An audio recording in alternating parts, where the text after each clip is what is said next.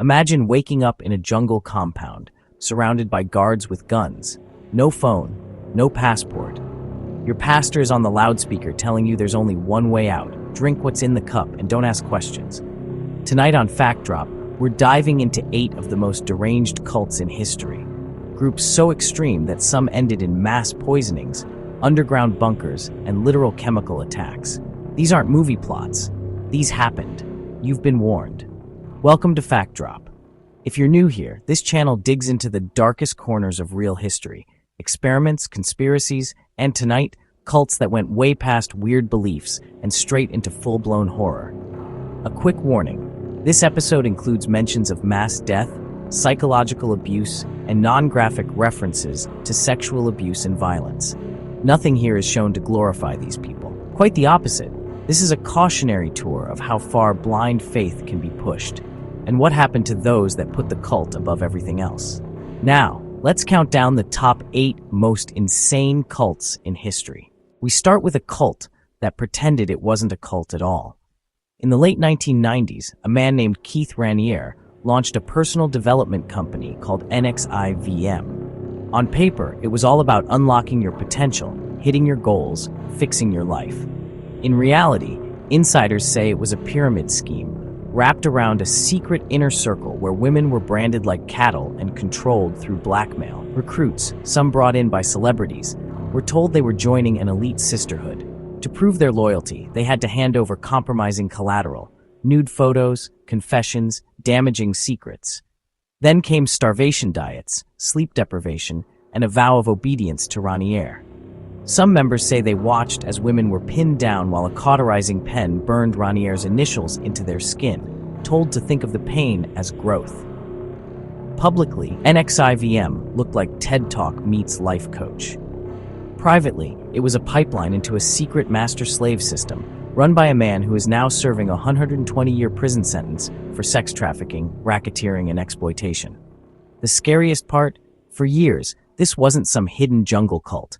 It was operating in suburban conference rooms and hotel ballrooms, right in plain sight. Number 7 takes us deep into the woods of Canada and into the mind of a man who called himself a prophet.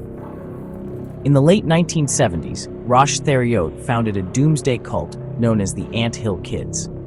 At first, it looked like a harmless back-to-nature commune. He promised followers a simple life, spiritual purity, and safety from the coming apocalypse. What they got instead was one of the most brutal cult regimes in modern history. Thériault controlled everything. When they ate, who slept with whom, even who was allowed to speak. He fathered dozens of children with the women in the group. Followers report that any disobedience was punished with extreme physical abuse and sadistic home surgeries carried out by Thériault himself, with no training and no anesthesia.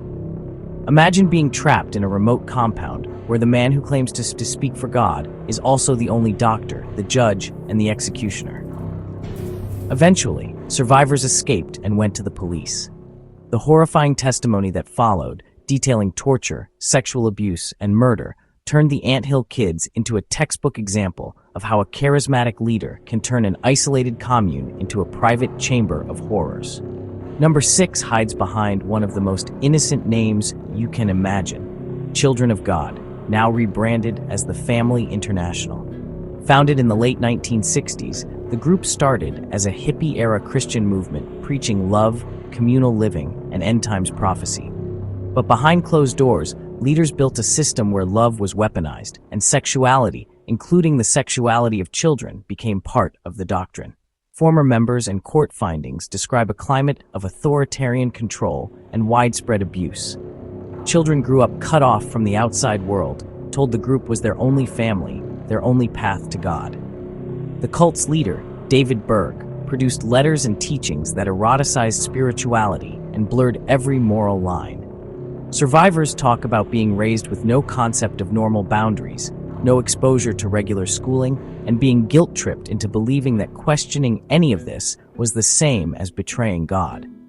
Some escaped only as adults, stepping into a world they'd never really been allowed to see, carrying trauma from a childhood spent inside a group that called itself family, while systematically destroying what family should mean. Number 5 is a cult that tried to reboot Christianity in the most apocalyptic way possible. In Uganda, during the 1990s, a group called the Movement for the Restoration of the Ten Commandments of God formed around leaders who claimed the Virgin Mary was giving them visions about the end of the world. They preached strict obedience to the Ten Commandments and insisted that the apocalypse was just around the corner. Followers sold their possessions, handed over their property, and moved into cult-controlled compounds to prepare for Judgment Day. When the predicted end times didn't arrive, tension inside the movement grew. On March 17, 2000, hundreds of members gathered in a church building for what they were told would be a special celebration. Roasted cattle, crates of soda, a final party before the world ended. Moments later, an explosion and fire tore through the building, killing around 530 people. Doors and windows had been boarded shut. As authorities dug deeper, they found mass graves at other cult properties. The total death toll is believed to be well over 700, and investigators still debate whether it was a coordinated mass suicide or a series of murders orchestrated by the leadership. Imagine placing your entire life in the hands of people you think are saving your soul, and finding out, too late, that they've actually planned your death. Number 4 sounds like a sci-fi secret society, the Order of the Solar Temple. Founded in the 1980s in Europe, this group mixed New Age mysticism, Templar-style imagery, apocalyptic prophecy, and straight-up space religion. Leaders Luc Jouret and Joe Di Mambro told followers they were part of a cosmic mission preparing them to journey to a higher plane, specifically to the star Sirius. Behind the incense and robes, though, there were darker currents: financial exploitation, rigid hierarchy, and growing paranoia. Members took part in elaborate candlelit rituals and were told that the outside world was corrupt and doomed. In the mid-1990s, everything imploded. Across Switzerland and Canada, authorities discovered a series of deaths, many staged as rituals. Some victims were drugged, some shot, some suffocated, and several buildings were set on fire afterward. The total body count, around 74 people. Among the victims was a 3-month-old baby the leaders reportedly labeled the Antichrist. For believers, the message was simple and terrifying. If you stay loyal, you'll transcend to a better world. If you question us, you're an enemy. What looks like theatrical ritual on the surface can hide a very real, very deadly exit plan. At number 3, we go to a quiet mansion in Rancho Santa Fe, California, in 1997, home of the Heaven's Gate cult. This group blended Christian ideas with UFO beliefs.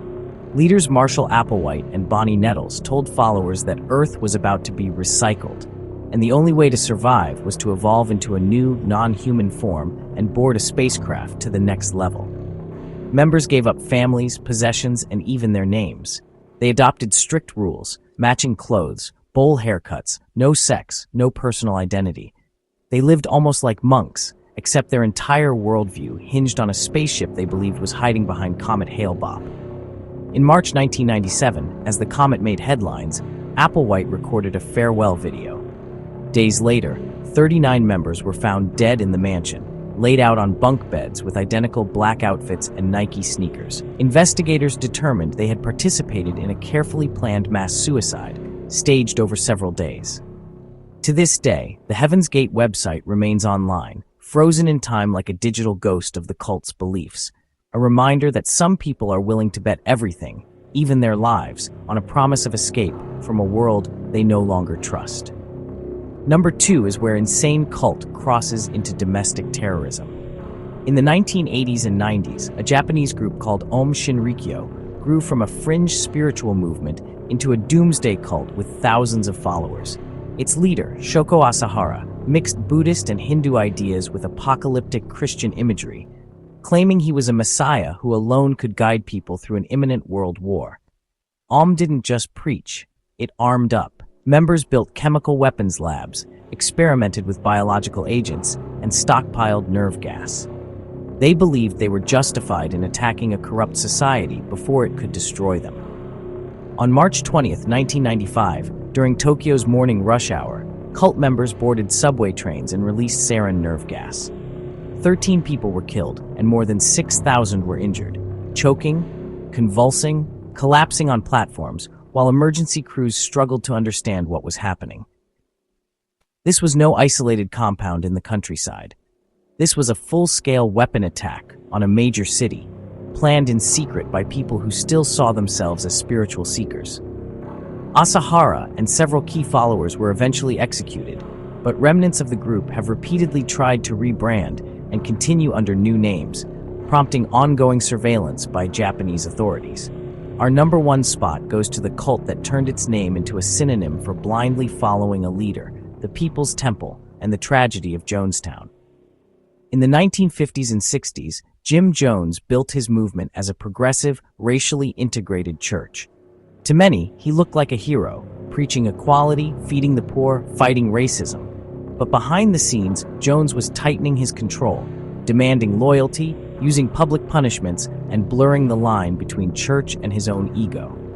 When media and ex-members started calling him out, Jones moved hundreds of followers to a remote settlement in Guyana, South America.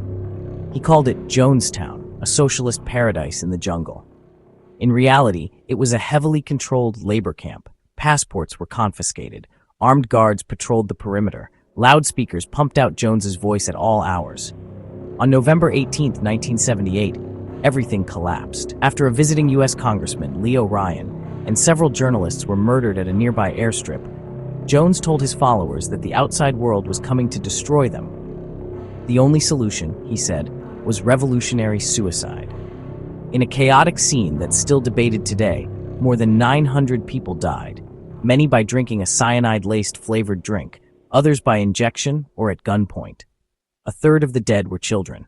Survivors who escaped or hid that day described seeing vats of poison, hearing screams, and realizing that the man they had trusted as a savior had just ordered the destruction of his own community.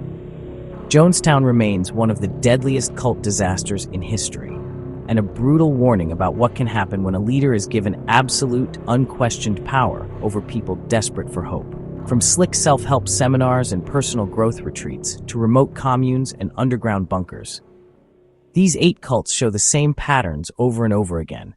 A charismatic leader who claims exclusive truth, a closed world where no dissent is tolerated, isolation from family, friends, and any reality check, and a steady push to prove your loyalty, no matter the cost.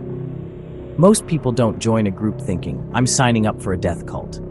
They think they're finding purpose, community, or salvation until the line between faith and control quietly disappears.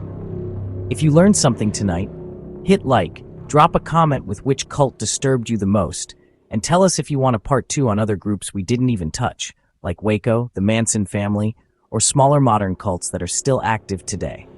This is FactDrop. Stay curious, but stay careful who you trust with your soul.